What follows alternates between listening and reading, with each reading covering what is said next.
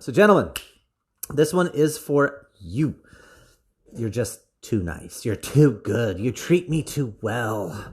And it's sad to say, but it's nerfing your polarity in your relationship. And yeah, the idea of being too nice of a guy is killing your marriage, killing your dating, killing your passion, right? And it seems so counterproductive, right? I kicked an email out earlier today on this exact topic, in fact. And I said, let me read this to you. It says, you are too nice for her.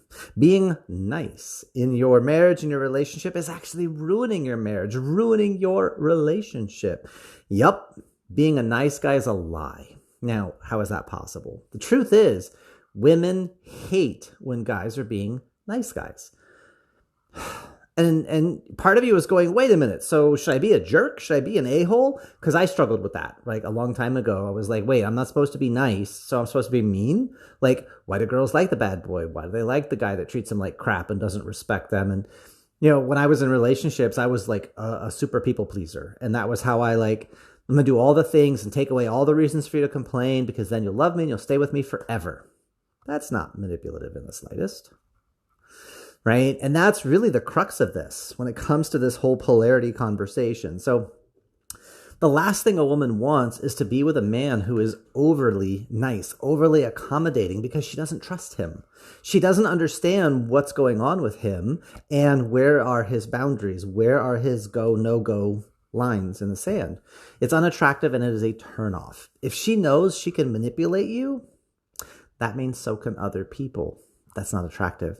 That means under stress, she can't rely on you. She can't lean into you. You're emasculating yourself by yes, dear, doing what she wants. And I know the yes, dear trope, and I know the whole, she's got your bags in a sack and all this stuff, or your balls in a sack. Like that stuff is not sustainable. It's not healthy long term.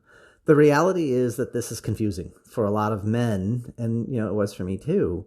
If you try to keep her happy, if you try to make her happy, it's not going to be sustainable because you're going to placate her. You're going to be, she knows she's being such a way, and you overly accommodating, you let her get away with it. She can't respect you. There are times when you kind of have to put your foot down and kind of say, this is okay, this is not okay. And she doesn't like it, but she knows where your boundaries are and she knows what you stand for and she knows how she can rely on you to call her on her stuff.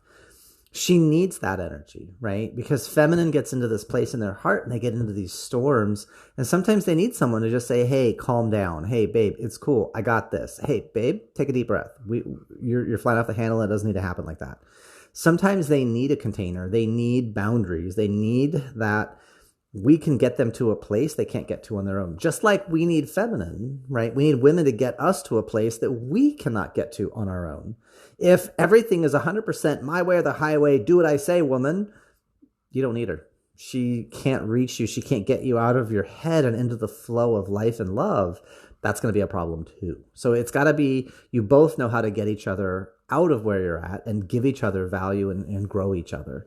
So, shouldn't I make her happy? You should validate her and you should fulfill promises and you should have integrity and you should be someone she can rely on. But she doesn't crave you being nice. Sometimes she wants you to kind of call her on her stuff and hold her accountable and be like, babe, seriously. She can respect that. If you can handle her and not in a dismissive, domineering way, in a way that enriches both of your lives. That's the skill, right? And that's this whole conversation of women don't want nice guys. This is why you have guys that get stuck in a pattern of incel or involuntarily celibate, because they don't know how to dance and how to play and how to live and love with feminine energy. Well, she doesn't do what I want the way that I want. Nerf her. How dare she? And it's like, dude, you're insecure. Take a deep breath, relax, guide, influence, play, dance, be present, show up, be powerful. You can be all of those things. So I'm not saying you need to be an a-hole. I'm not saying you need to demean her, dismiss her, tear her down. Definitely don't be emotionally abusive. So understanding this masculine presence, being a great man, It's important. It's a skill. And to get your woman to be attracted to you, to create the polarity and create the flow, that is crucial for the long-term success of your marriage or your relationship. Being overly pleasing, overly accommodating, it kills polarity and attraction. And if you're trying to play the nice guy, it might feel easier for you in the moment to just placate and don't cause waves and don't cause ripples and don't speak up and don't push back. In the moment, being the nice guy, it feels okay for you, but it's not a sustainable strategy for the health and the growth of your relationship. You have to learn to step into the places you fear and own it. Own the moment, own her, and put own in quotes, not like own in terms of property. Own in the sense of like dominating in a sport, like your skill is on and your flow is capable.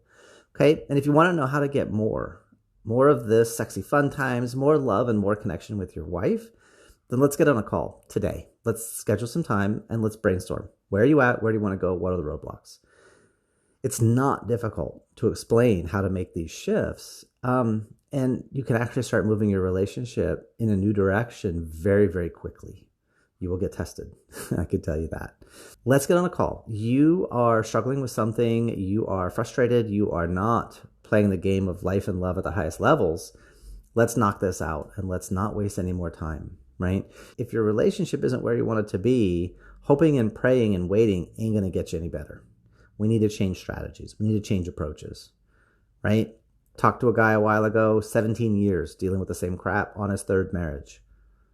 Dude, success leaves clues, but so do problems. There's patterns that are being run. Let's get that stuff integrated. Let's get that stuff resolved because it's possible. Now, I can't say we're going to save this relationship, but I can say you can recover your self-respect, your integrity, and your self-control. So I would love for you guys to reach out and get in touch, and you make it a fantastic day.